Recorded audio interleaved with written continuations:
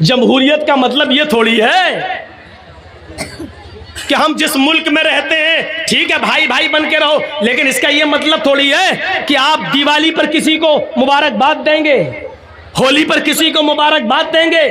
ٹھیک ہے تمہارا تہوار ہے تم کرو، ہمارا تہوار ہم کر رہے ہیں، لیکن ایک مسلمان ہو کر کسی غیر مسلم کو کہے کہ دیوالی مبارک ہو، ہیپی دیوالی، ہیپی ہولی، معاف کیجئے گا، اسی چیز کو ختم کرنے کے لیے تو محمد رسول اللہ صلی اللہ علیہ وسلم آئے، ورنہ یہ آفر تو نبی کو بھی دیا گیا تھا 6 مہینے آپ ہمارے مذہب میں آ جائیے، 6 مہینے ہم آپ کے مذہب میں آ جاتے ہیں۔ کیا کہا تھا اللہ کے نبی صلی اللہ علیہ وسلم نے؟ قرآن کی آیت نازل ہوتی ہے، نہیں لکم دینکم ولی دین، تمہارے لیے تمہارا دین اور ہمارے لیے ہمارا دین، تم اپنے دین پر رہو ہم اپنے دین پر رہیں، نہ تم ہمیں ہماری عید کی مبارکباد دو نہ ہم تمہیں تمہاری دیوالی کی مبارکباد دیں گے، نہ تم ہمیں ہماری بقرعید پر مبارکباد دو نہ ہم تمہیں تمہارے ہولی پر مبارکباد دیں گے، تم اپنا تہوار کرو ہم اپنا تہوار کر رہے ہیں۔ یصبح الرجل مؤمنا ویمسی کافر، صبح دیکھو گے مومن ہوگا اور شام ہوتے ہوتے کافر ہو جائے گا۔ ہم اسلام کے اندر پورے کے پورے داخل نہیں ہیں۔ اب پھر کہو گے مولانا صاحب حرج کیا ہے، ہم ایک گاؤں میں رہتے ہیں، ہندو مسلم بھائی چارہ، اگر ہم نے دیوالی کی مبارکباد دے دی تو حرج کیا؟ پھر وہی مسئلہ ہے، جو قانون اسلام نے بنا دیا اس کو فالو کرنا ہے، یہ نہیں دیکھنا ہے کہ اس میں نقصان کیا ہے، اس میں فائدہ کیا ہے، ہماری سمجھ میں آئے یا نہ آئے ہمیں اسی قانون کو ماننا ہے جو بنا دیا ہے جناب محمد رسول اللہ صلی اللہ علیہ وسلم نے۔ ٹریفک نیم جیسے لال بتی ہے ہمیں رکنا ہے، چاہے گاڑی آ رہی ہو یا نہ آ رہی ہو، ہمیں رکنا ہے، جب تک ریڈ نہیں گرین نہیں ہوگی ہم نہیں جا سکتے، جب تک شریعت کی اجازت نہیں ہوگی ہم نہیں جا سکتے، ہم نہیں کر سکتے۔ انسانیت کی مثال قائم کرو، اگر آپ کے پڑوس میں کوئی غیر مسلم ہے، بیمار ہے، آپ اپنی گاڑی میں اس کو لے جاؤ، اسپتال لے جاؤ۔ اگر آپ کا پڑوسی غیر مسلم ہے اور اس کا بلڈ گروپ آپ کے بلڈ گروپ سے مل رہا ہے اور اس کو ایک بوتل خون کی ضرورت ہے، آپ فوراً اس کو اپنے بلڈ کا ایک بوتل خون نکال کر آپ اس کو دیجئے، شریعت اس کی اجازت دیتی ہے۔ انسانیت جتنی ہو، مانوتا جتنی ہو دکھانی چاہیے، لیکن اس کا یہ مطلب نہیں ہے کہ ان کے تہواروں میں آپ شرکت کریں گے اور آپ کے تہواروں میں وہ ان کو آپ مبارکباد دیں گے، اس حد تک شریعت اجازت نہیں دیتی ہے۔ یا ایھا الذین آمنوا ادخلوا فی السلم کافہ، ایمان والو تم اسلام کے اندر پورے کے پورے داخل ہو جاؤ۔ ہمیں اسلام کے اندر پورے کے پورے داخل ہونا ہے، ہمیں آدھا ادھورا نہیں، ہمارا اٹھنا، ہمارا بیٹھنا، ہمارا لیٹنا، ہمارا جاگنا، ہمارا کھانا، ہمارا پینا، ہمارا سونا سب اسلامی ہونا چاہیے۔ جب ہم صبح اٹھیں تو ہماری زبان سے اسلامی جملہ نکل رہا ہو، الحمدللہ الذی احیانا بعد ما اماتنا والیہ النشور۔ جب ہم کسی سے ملے تو ہماری زبان سے اسلامی جملے نکل رہے ہو، السلام علیکم ورحمت اللہ۔ جب ہم کسی سے مصافحہ کر رہے ہوں اور خیریت پوچھ رہے ہوں تو ہماری زبان سے نکلنا چاہیے الحمدللہ۔ جب ہمیں چھینک آئے تو ہمارا رہن سہن یہ ہونا چاہیے کہ ہماری زبان سے نکل رہا ہو الحمدللہ۔ جب ہم کسی اونچی جگہ پر لفٹ پر چڑھ رہے ہوں یا چھت پہ چڑھ رہے ہوں، سیڑھیوں سے اوپر جا رہے ہوں، تو اس وقت ہماری زبان سے جملے نکل رہے ہوں، اللہ اکبر اللہ اکبر۔ جب ہم لفٹ سے نیچے آ رہے ہوں یا ہوائی جہاز لینڈ کر رہا ہو اور نیچے اتر رہا ہو، یا ہم پہاڑ سے نیچے اتر رہے ہوں یا اپنے گھر کی چھت سے نیچے کی منزل پر آ رہے ہوں، تو ہماری زبان سے یہ اسلامی جملہ نکلنا چاہیے، سبحان اللہ سبحان اللہ۔ جب ہم لیٹرین میں جا رہے ہوں تو ہماری زبان سے دعا نکلنی چاہیے، اللہم انی اعوذ بک من الخبث والخبائث۔ جب ہم کھانا کھانے بیٹھ رہے ہوں ہماری زبان سے دعا نکلنی چاہیے، بسم اللہ وعلی برکت اللہ۔ جب ہم کھانا کھا کر فارغ ہو جائیں تو ہماری زبان سے جملہ نکلنا چاہیے، الحمدللہ۔ اللہ کی حمد و ثنا، مسجد میں جائیں تو اللہ کا نام لیا جائے، مسجد سے نکلیں تو اللہ کا نام لیا جائے، ماں باپ سے ملیں تو اللہ کا نام لیا جائے، گھر میں جائیں تو سلام کر کے جائیں، اپنے بچوں کو سلام کروانے کی عادت ڈالیں، اپنے بچوں کو اسلامی ماحول دیں، اپنی بیوی کو اسلامی ماحول دیں، اٹھنا بیٹھنا لیٹنا سونا جاگنا کھانا پینا سب اسلامی ہو۔ جب بستر پہ سونے جائیں تو دعا پڑھیں اللہم باسمک اموت واحیا، ساتھ میں یہ دعا بھی پڑھ لو 10 بار سبحان، 33 بار سبحان اللہ، 33 بار الحمدللہ، 34 بار اللہ اکبر۔ یہ دعا جو آدمی پڑھ کر سوتا ہے تو اللہ تعالیٰ ایک فرشتہ مسلط کر دیتا ہے، وہ اس کی حفاظت کرتا ہے رات بھر۔ تب ہم اسلام کے اندر پورے کے پورے داخل ہوں گے۔ کوئی گناہ کے قریب ہم پہنچ گئے، اس وقت اللہ کا خوف ہمارے دماغ میں ہونا چاہیے۔ دنیا کی کوئی طاقت ہمیں دیکھ رہی ہو یا نہ دیکھ رہی ہو، لیکن اللہ تو ہمیں دیکھ رہا ہے۔ میرے بھائیوں، اس گناہ سے ہم دور ہو جائیں، تب ہے اسلام کے اندر پورے کے پورے داخل، ورنہ وہی سمجھا جائے گا بجلی کے کھمبے پر آم کے پیڑ کے چند پتے چپک گئے ہیں، ہماری باڈی پر چند دینی کام ہو گئے ہیں، لیکن ہم جڑ سے مسلمان نہیں ہیں، ہم اپنی بنیاد سے مسلمان نہیں ہیں، ہم اپنے رہن سہن سے مسلمان نہیں ہیں۔ اور یہاں ہمیں بنیادی طور پر مسلمان بننا ہے، اور اسلام کے اندر ہمارا رہن سہن ایسا ہونا چاہیے، اسلام کے اندر ہم ایسے گھل جائیں، اسلام کے اندر ایسے داخل ہو جائیں۔ مثال دے رہا ہوں، ذرا سوچیے، پانی کا ایک گلاس ہے، جگ ہے ہمارے پاس، لوٹا پانی کا ایک جگ ہے، اور ایک پتھر ہے ہمارے ہاتھ میں۔ اس پتھر کو پانی میں ڈال دیا اور رکھ دیا، 2 دن کے بعد آپ دیکھیں گے تو پانی میں وہ پتھر پڑا ہوا نظر آئے گا۔ آپ چاہیں تو ہاتھ ڈال کر پتھر کو نکال سکتے ہیں اور باہر پھینک سکتے ہیں۔ پانی میں آپ نے ایک پتھر ڈالا، 2 دن کے بعد آپ نے اس کو نکال دیا، اس کا مطلب کیا ہوا؟ اس کا مطلب یہ ہوا کہ پانی نے پتھر کو قبول نہیں کیا، اور پتھر نے پانی کو بھی قبول نہیں کیا۔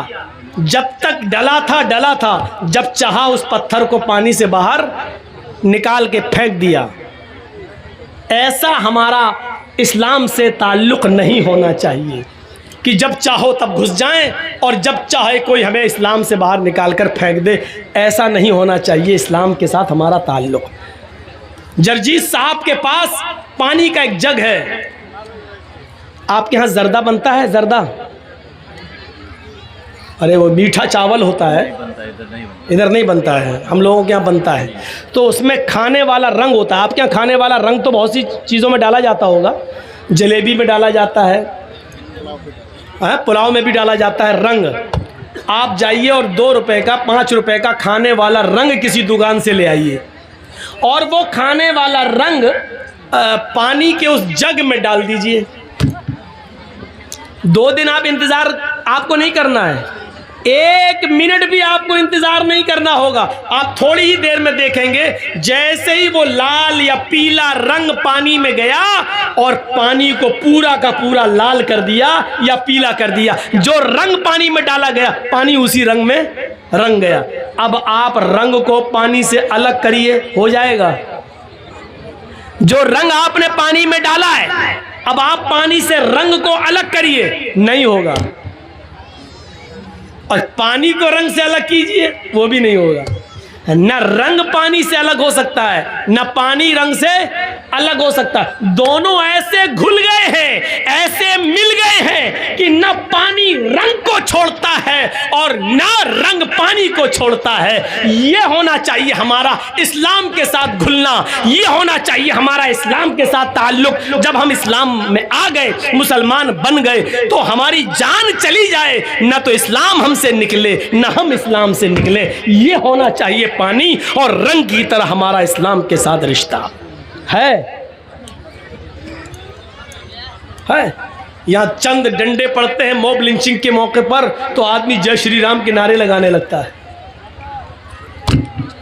حالانکہ وہ موت کا ڈر ہوتا ہے، وہ تو جس کے اوپر بیتتی ہے وہی جانتا ہے، میں یہ نہیں کہہ رہا ہوں، لیکن ہمارا تعلق اسلام کے ساتھ یہ ہونا چاہیے کہ ایسے ہم اسلام میں گھل جائیں اور اسلام ہم میں ایسے گھل جائے کہ ہم کو اسلام سے دور کیا جائے یا اسلام کو ہم سے دور کیا جائے تو نہ ہو۔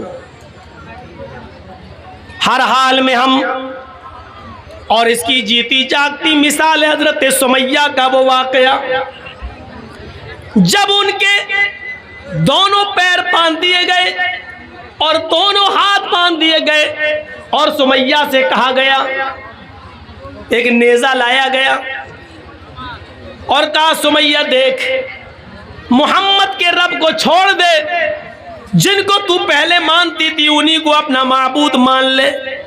تو سمیہ نے کیا کہا؟ ہاشا وکلا، ہرگز نہیں۔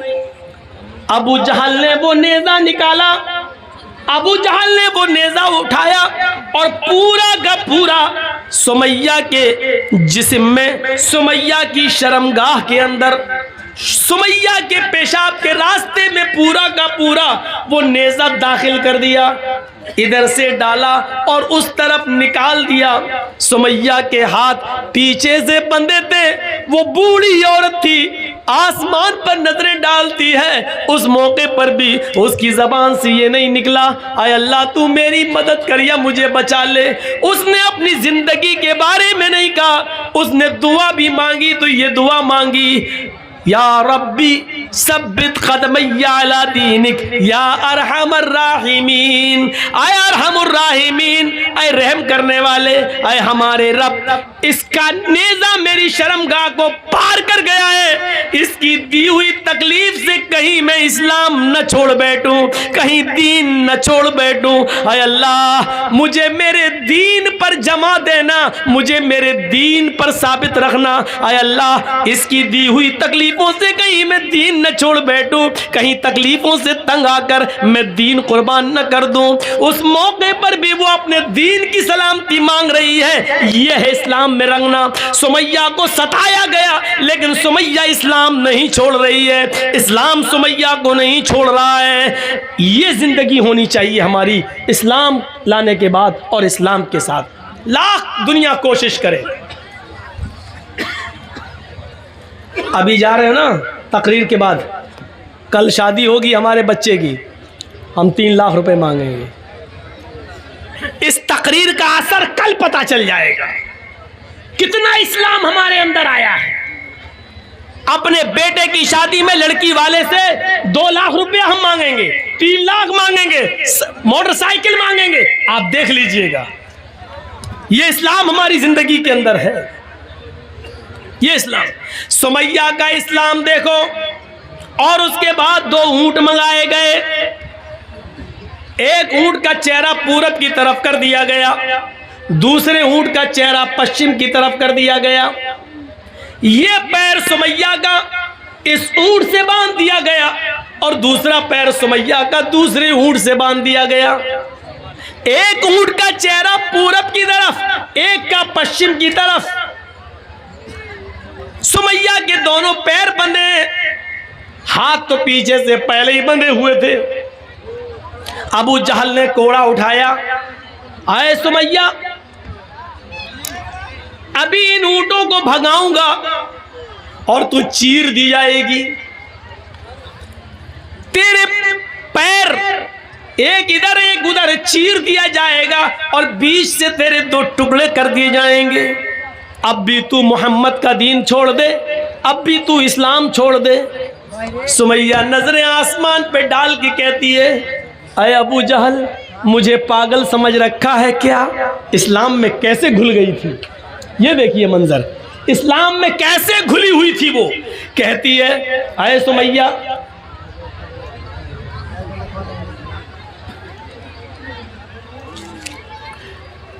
سمیہ کا حال دیکھیے آپ، کیسے گھلی ہوئی تھی وہ اسلام کے اندر، کیسے، کتنی اسلام کے اندر، اسلام اس کے گھر، اس کے دل میں گھر کر گیا تھا۔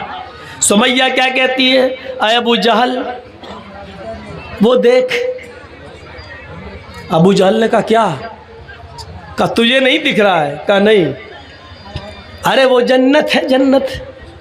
آئے ابو جہل کیا جنت دیکھ کر بھی کوئی پلٹ سکتا ہے؟ اے ابو جہل، جو جنت میں دیکھ رہی ہوں اور جس جنت کی خوشبو میری ناک تک آ رہی ہے اس کو تو محسوس نہیں کر رہا ہے، وہ تیری ناک تک نہیں آ رہی ہے۔ آیا ابو جہل، کوڑا تیرے ہاتھ میں، جلدی مار۔ ابو جہل کہتا ہے سمیہ تجھے اپنی موت کا ڈر نہیں ہے؟ سمیہ مسکرا کے کہتی ہے ابو جہل جلدی مارنا ان اونٹوں کو، جلدی بھگا ان اونٹوں کو، جتنی دیر تو ان اونٹوں کو بھگانے میں لگا رہا ہے قسم ہے کعبے کے رب کی اتنی دیر مجھے جنت میں جانے میں لگ رہی ہے۔ اس منظر کو دیکھ کر آپ کیا کہیں گے میرے بھائیوں؟ وہ کیسے اسلام کے اندر رچ گئی تھی، بس گئی تھی، کیسے، کیا چیز تھی اس کے اندر جو اسلام اس کے اندر گھر کر گیا تھا؟ اس تکلیف کو دیکھ کر بھی وہ پلٹی نہیں، گھومی نہیں، اور ابو جہل نے غصے میں اونٹوں کو بھگا دیا۔ ابن سعد کے الفاظ ہیں طبقات کے اندر کہ سمیہ کے بیچ سے دو ٹکڑے ہو گئے، سر بچ گیا، یہاں سے ایک جسم کا حصہ الگ ہو گیا اور ایک حصہ سر کے ساتھ بچ گیا، لیکن مرتے وقت سمیہ کے چہرے پہ مسکراہٹ باقی تھی۔ ابو جہل نے پتھر اٹھا کر اپنے سر پہ مارنا شروع کر دیا۔ لوگوں نے کہا یہ کیا کر رہے ہو، پاگل ہو گئے ہو؟ کہتا ہاں میں پاگل ہو گیا ہوں، سمیہ کا سب کچھ چھینا، اس کی جان تک چھینی، اس کو موت کے گھاٹ بھی اتارا، لیکن پھر بھی سمیہ جیت گئی، میں ہار گیا۔ مرتے وقت بھی مسکرا رہی ہے، دیکھو مجھے چڑھا رہی ہے، مرتے وقت بھی وہ بالکل پس مردہ نہیں ہوئی، مرتے وقت بھی ہنستے ہوئے مری۔ اس نے تو مجھے للکار دیا ہے، اپنی جان ہنستے ہوئے دے دی ہے۔ دنیا کیا کہے گی آنے والے دنوں میں نے ظلم بھی کیا تو ایک بوڑھی عورت کے اوپر ظلم کیا، میں نے جس بوڑھی عورت پہ ظلم کیا ابو جہل اس کی ہنسی اور اس کی مسکراہٹ بھی نہیں چھین سکا۔ میرے پیارے ساتھیوں، یہ ایمان تھا جو سمیہ کے اندر، یہ اسلام تھا جو سمیہ کے اندر گھل گیا تھا۔ ایک آج ہمارا اسلام ہے جو جلسوں کے بعد ابھی پتا چل جائے گا، یہاں سے نکلیں گے اور جائیں گے اسی وقت ہمیں پتا چل جائے گا کہ ہمارا اسلام کیا ہے۔ میرے پیارے ساتھیوں، ادخلوا فی السلم کافہ، جب اسلام کے اندر داخل ہوئے ہی ہو تو پورے کے پورے داخل ہو جاؤ۔ قرآن کہتا ہے یا ایھا الذین آمنوا لا تلھکم اموالکم ولا اولادکم عن ذکر اللہ ومن یفعل ذلک فاولئک ھم الخاسرون۔ اے ایمانو والو، تمہیں تمہارے مال اور تمہیں تمہاری اولادیں کہیں اللہ کے ذکر سے غافل نہ کر دیں، جو ایسا کرے گا وہ بہت بڑا نقصان اٹھائے گا۔ وَأَنفِقُوا مِمَّا رَزَقْنَاكُم مِّن قَبْلِ أَن يَأْتِيَ أَحَدَكُمُ الْمَوْتُ فَيَقُولَ رَبِّ لَوْلَا أَخَّرْتَنِي إِلَىٰ أَجَلٍ قَرِيبٍ فَأَصَّدَّقَ وَأَكُن مِّنَ الصَّالِحِينَ۔ موت کے وقت آدمی کی جو تمنا ہوتی ہے، موت کے وقت آدمی کی جو خواہش ہوتی ہے، وہ قرآن پیش کر رہا ہے۔ کیا کہے گا؟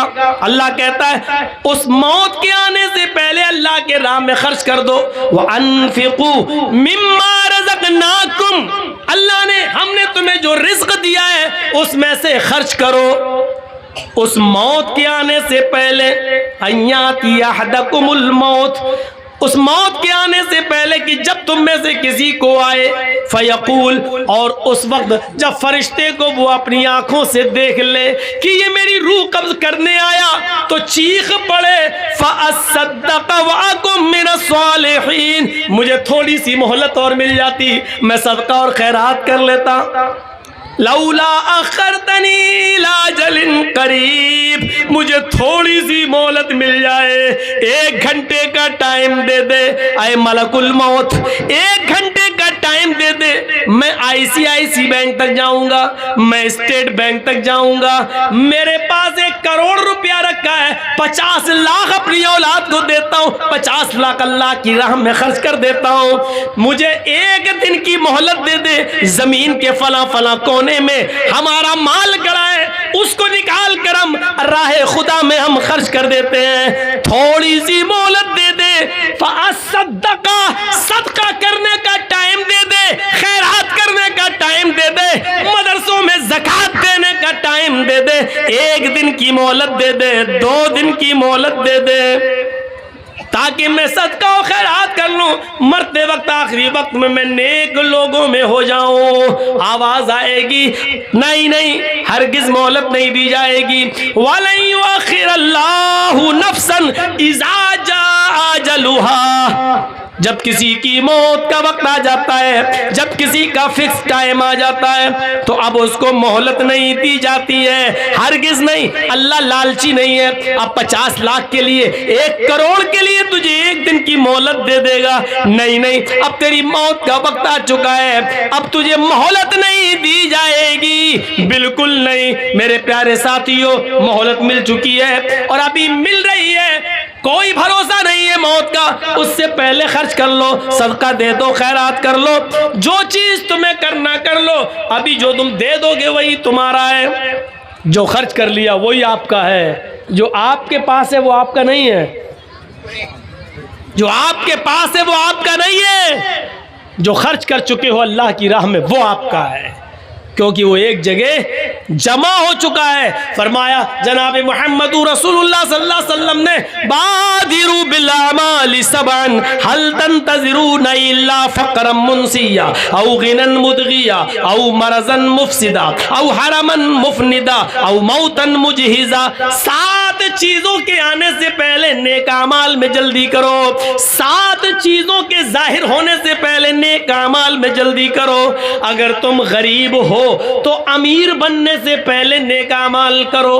هل تنتظرون الا فقرا منسیا، کیا تم اگر تم امیر ہو، اگر تم دولت مند ہو تو ایسی فقیری کا انتظار مت کرو جو تمہیں الا فقرا منسیا، هل تنتظرون الا فقرا منسیا، کیا تم ایسی فقیری کا انتظار کر رہے ہو جو تمہیں سب کچھ بھلا دے؟ پیسہ ہے، دولت ہے، ابھی آپ سردیوں میں گرم کپڑے لے سکتے ہو، گیزر لا سکتے ہو، گرم پانی سے نہا سکتے ہو، گرم کپڑے لا کر فجر میں جا سکتے ہو، ابھی پیسہ ہے تمہارے پاس، کیا تم غریبی کا انتظار کر رہے ہو؟ جب سب چھن جائے گا تب جاؤ گے نیک عمل کرنے، جب کچھ نہیں رہے گا تب جاؤ گے؟ تو غریب ہونے سے پہلے نیک اعمال کر لو۔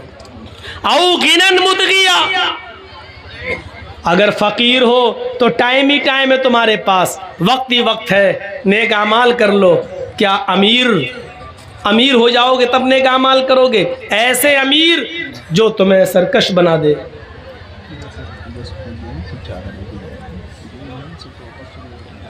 آپ کے اوپر پیدا ہیں جو کہتے ہیں ایسے ان پلس انفو نہیں پڑا ہے، کہتے ہیں فجر میں ہوگا نہیں، فجر تو بند ہے، اس لیے مسئلہ ہو گیا۔ تو کیا کریں؟ خاص کر کے گاؤں کے جو کیا کرنا چاہیے؟ سے بولے کہ جو پیدا ہیں کہتے ہیں ہم دیکھتے ہیں، اور یہ کچھ لوگ ہیں ان کو بولتے ہیں خاص کر سے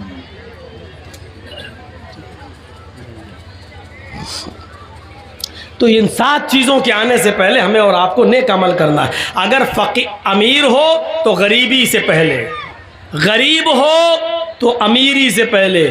جب غریب آدمی امیر بنتا ہے نا تو ایک دم سرکش ہو جاتا ہے، وہ سوچتا ہم نے اپنے ہنر سے کمایا، تو ایسی سرکشی کا انتظار، ایسی امیری کا انتظار مت کرو۔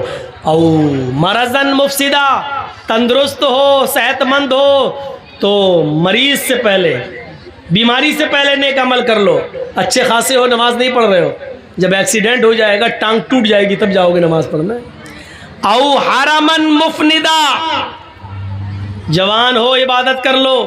کیا ایسے بڑھاپے کا انتظار کر رہے ہو جو تمہاری عقل خراب کر دے؟ جوانی میں نماز نہیں پڑھی، اب عقل خراب ہو گئی، اب جا رہے ہو نماز پڑھنے، پتہ ہی نہیں وضو میں 3 بار دھو رہے ہو کہ 5 بار دھو رہے ہو، سجدے 2 کر رہے ہو کہ 8 کر رہے ہو، عقل خراب ہو، اب جاؤ گے عبادت کرنے۔ او موتن مجہزا، یا اچانک آ جانے والی موت سے پہلے نیک عمل کر لو۔ زندہ ہو تو عمل کرو، کیا موت کا انتظار کر رہے ہو؟ اب الدجال فشر غائب ينتظر، کیا خروج دجال کا انتظار کر رہے ہو؟ جب دجال نکلے گا تب تم نیک عمل کرو گے۔ اب الساعہ فساعۃ ادھا وامر، کیا قیامت کا انتظار کر رہے ہو؟ قیامت سے پہلے نیک اعمال کر لو۔ تو میرے پیارے ساتھیو، یاد رکھیے گا، سب سے بہتر چیز ہوتی ہے صدقہ و خیرات۔ جو انسان کی تقدیر میں بہت سی چیزیں لکھی ہوئی ہوتی ہیں، لیکن صدقہ آنے والی مصیبتوں کو بھی ٹال دیتا ہے۔ آنے والی مصیبتوں کو بھی دور کر دیتا ہے۔ صدقہ اور خیرات، تو میرے بھائیوں زیادہ سے زیادہ صدقہ اور خیرات کر کے آنے والی مصیبتوں سے اپنے آپ کو بچاؤ۔ تقدیر میں یہ بھی لکھا ہوتا ہے کہ اس آدمی کے اوپر یہ مصیبت آنے والی تھی، اس کا ایکسیڈنٹ ہونے والا تھا، لیکن یہ فلاں دن ایسا صدقہ کرے گا، اس صدقے کی وجہ سے اس کا ایکسیڈنٹ ٹل جائے گا۔ یہ مصیبت آنے والی ہے لیکن صدقے کی وجہ سے یہ مصیبت اس کی ٹل جائے گی۔ یہ سب چیزیں لکھی ہوئی ہیں۔ تو جتنا چندہ ہونا چاہیے اتنا ہوا نہیں۔ میں آپ کے درمیان کچھ لوگوں کو بھیجوں گا، اور ابھی کچھ لوگ چلے جائیں چادر لے کر۔ کم سے کم آپ لوگوں سے میری گزارش ہے، اور اسلام کے بارے میں تقریر سن رہے ہو، آپ نے دوسروں کے کہنے پر جو دیا ہے، لیکن مجھ سے محبت کتنی ہے آپ کو، اور میرے کہنے پر آپ کتنا دیتے ہیں، ایک بار جھولا دیکھنا ہے۔ آپ چادر لے کے بھیجیے۔ آپ کے درمیان کچھ لوگ بچے آئیں گے، چادر لے کر بھیج رہے ہیں۔ آپ لوگ بیٹھے رہنا، یہ تقریر جاری رہے گی انشاءاللہ۔ اور میں چند احباب کا نام لیتا ہوں جس کا نام اس سے پہلے بھی لیا جا چکا ہے۔ میں ہمارے ہر دل عزیز عبدالسبحان صاحب سے گزارش کروں گا، ہمارے اسی ڈائز پر یعنی اسٹیج پر ہی موجود ہیں، آپ مولانا جرجیت صاحب سے ملاقات کریں اور اپنا خصوصی تعاون جو آپ دینا چاہ رہے ہیں، لکھانا چاہ رہے ہیں، آپ پیش کریں۔ اسی طرح میں فضیلت الشیخ مولانا جرجیت صاحب کے ہر دل عزیز چہیتے ڈاکٹر عالمگیر صاحب سے گزارش کرتا ہوں کہ آپ اپنے تعاون فضیلت الشیخ جرجیت صاحب کے ہاتھ میں دیں۔ اسی طرح میں جناب شریف الحق بالو گولا سے گزارش کروں گا، آپ اسٹیج پر تھے، ابھی یہاں بھی ہیں، آپ سے گزارش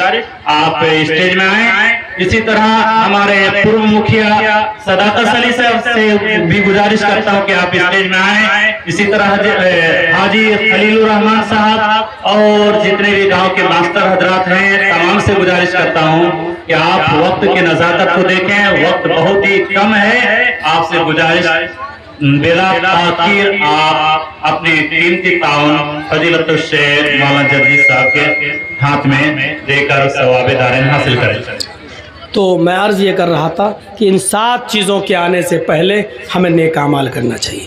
موضوع میرا ہے اسلام کے اندر پورے کے پورے داخل ہو جاؤ۔ تو آج میں نے جو مثالیں دی ہیں آپ کو کہ ہمیں فائدہ ہو یا نہ ہو، ہمیں قانون کو پر عمل کرنا ہے جو قرآن نے اور حدیث نے بنا دیا، جو محمد رسول اللہ نے ہمیں دیا۔